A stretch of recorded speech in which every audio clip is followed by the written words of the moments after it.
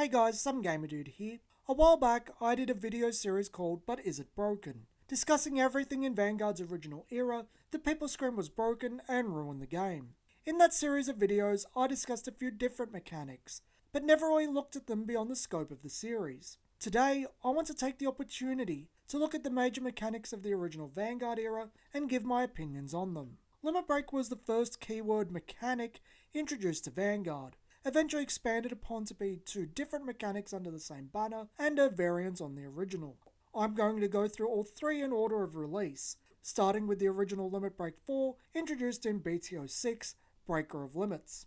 I love Limit Break 4 from a flavour perspective. It's the proverbial 11th hour superpower or desperation move. Even cards like Garmor and Cocytus, very basic cards, feel very good, and in their day were quite impactful.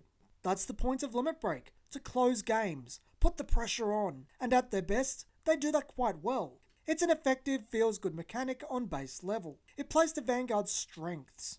Unfortunately, not all Limit Break 4 cards are made to the strengths of Limit Break 4, and the mechanic itself isn't without its flaws. There are a rather large amount of do-nothing Limit Break units. Cards that don't really do anything before Limit Break 4. Things like Dragonic Kaiser Vermilion or Bluestorm Dragon Maelstrom, both of which I like quite a bit. They don't have non-Limit Break 4 effects. This feeds into the flaw of Limit Break 4 itself, promoting the soaking up of damage to have Limit Break 4 live. It changes the mentality behind the mechanic. Instead of being a desperation move, it turns the player into something of a berserker, getting stronger the more damage they have. It becomes a race to that damage threshold. Then there is the other issue with Limit Break 4.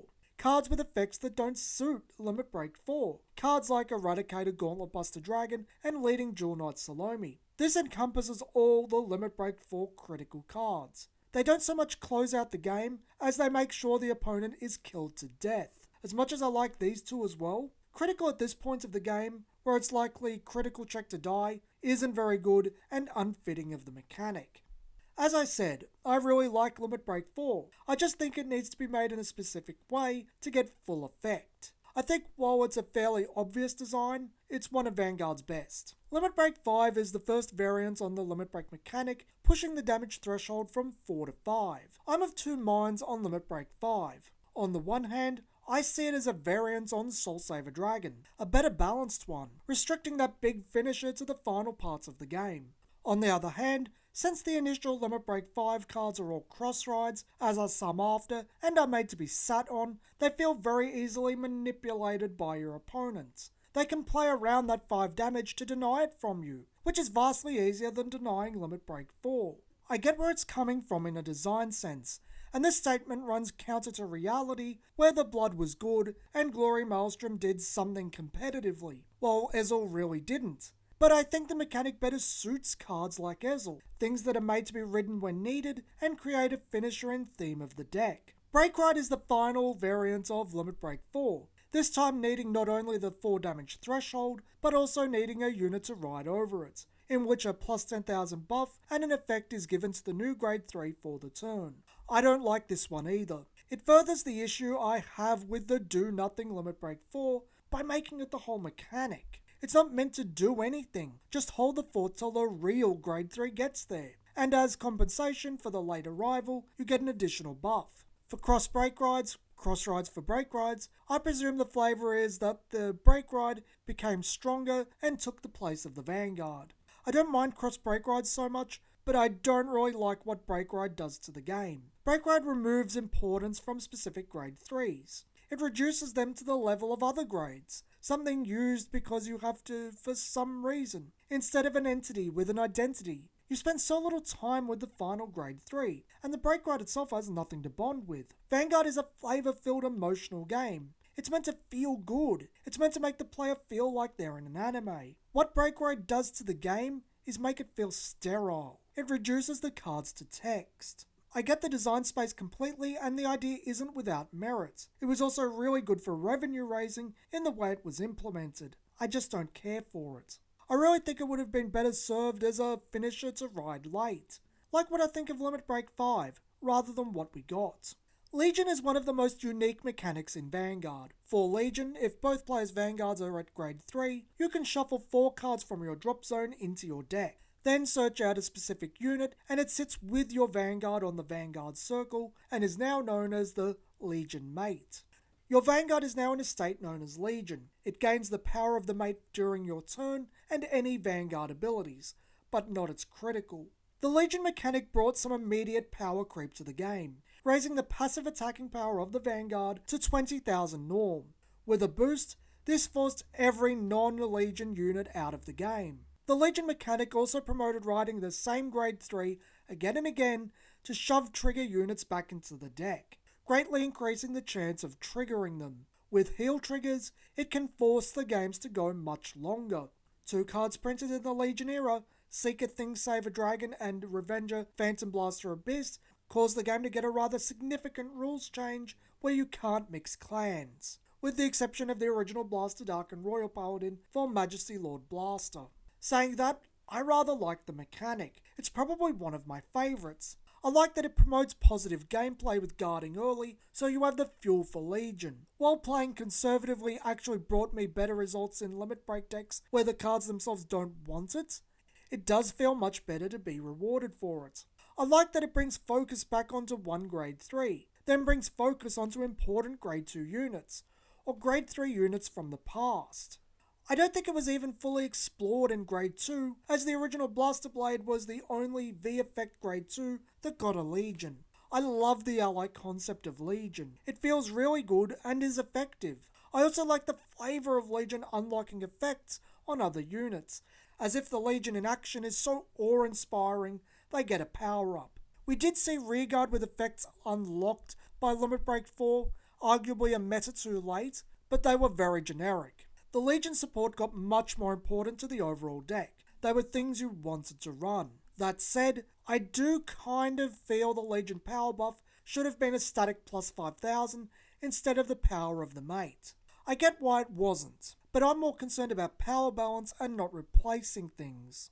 Bushiroads are a bit more concerned about the game remaining profitable, since the original Limit Break era wasn't. But you do have to remember that Legion wasn't intended to be an ongoing mechanic. It was a stopgap till the G era and its own power creep.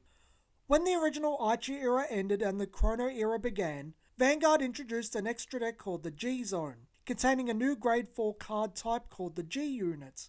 Vanguard had experimented with grade 4 before, but it never really stuck. This time, the game revolved around it. When both players have a grade 3 Vanguard, after your ride phase you get a new stride phase.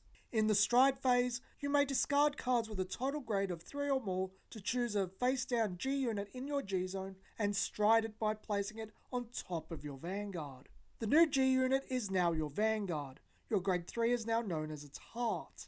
The G unit gains the power and name of your grade 3. The G unit also has triple drive. This stays this way until the end of the turn, where the G unit is placed back into the G zone face up. The flavour of the G unit is that your Vanguard is summoning a warrior from time and space to fight for them. I like the G unit in terms of flavour, but not application. In terms of flavour, it's a perfect finisher or big impact move, summoning a legendary warrior to make this big play. It does feel good because these big bombastic turns are designed to do so, but that's not the application of it. In application, it's break ride on crack. The mechanic promotes striding every single turn. There is no reason not to. You get a massive power buff, more so than Legion, on top of your choice of an effect to play to the pace of the game, and triple drive. The payment, provided you pay with a grade 3 or one of the new grade 1 stride support cards, isn't even a cost thanks to triple drive. The new grade 3, the stride bearers, also promote this by giving additional buffs for striding. It's stride every single turn. Stride literally changed the game. The grade 3 never really fights anymore. It's more akin to a summoner in an RPG. It's the exact same issue as break ride. It removes a ton of importance from the grade 3, except it's worse.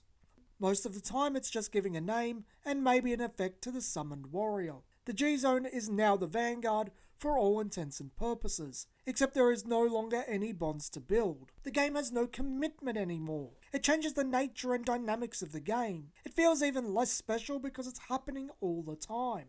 On top of this, Stride marked the moment when power creep became unbearably excessive. It was getting bad in Legion. It was pushed hard on the walls of tolerance, both in terms of raw power and obnoxious feel-bad effects. But G brought feels-bad effects into normality and raised the power stakes. The game started to buckle under the pressure, and by the end of this era, the game did buckle. It had nowhere else to go. It hit a ceiling. I don't like Break Ride or Limit Break 5, but I don't dislike them either. I'm apathetic. Stride, I actively dislike. I don't like what it did to Vanguard. I will quickly note the Generation Break mechanic. It's a lock-on effect similar to Limit Break or Legion, but counts the number of face-up G units you have. It's on G units and cards in the main deck. I have literally nothing to say, it's fine. Works with the mechanic as intended, just an expansion of the Legion cards. Nothing to add. I didn't get to play with G Guardians much, so I don't have a very strong opinion on them. G Guardians are a shield variant to the G unit. Instead of needing a total grade of 3 discarded, they need a heal trigger. They have a 15,000 shield and usually through an effect gain more shield. Unlike the G unit themselves, I actually like this addition to the game. Power creep had become a real problem, and having a big shield, essentially turning the heal trigger into one, is a big deal. The heal was already special being locked at 4, so giving it more importance is a natural evolution. I think if they hadn't introduced the G-Zone, the higher shield still would have been necessary, and the same type of result could have been achieved via heals with effects to reach 20,000 shield.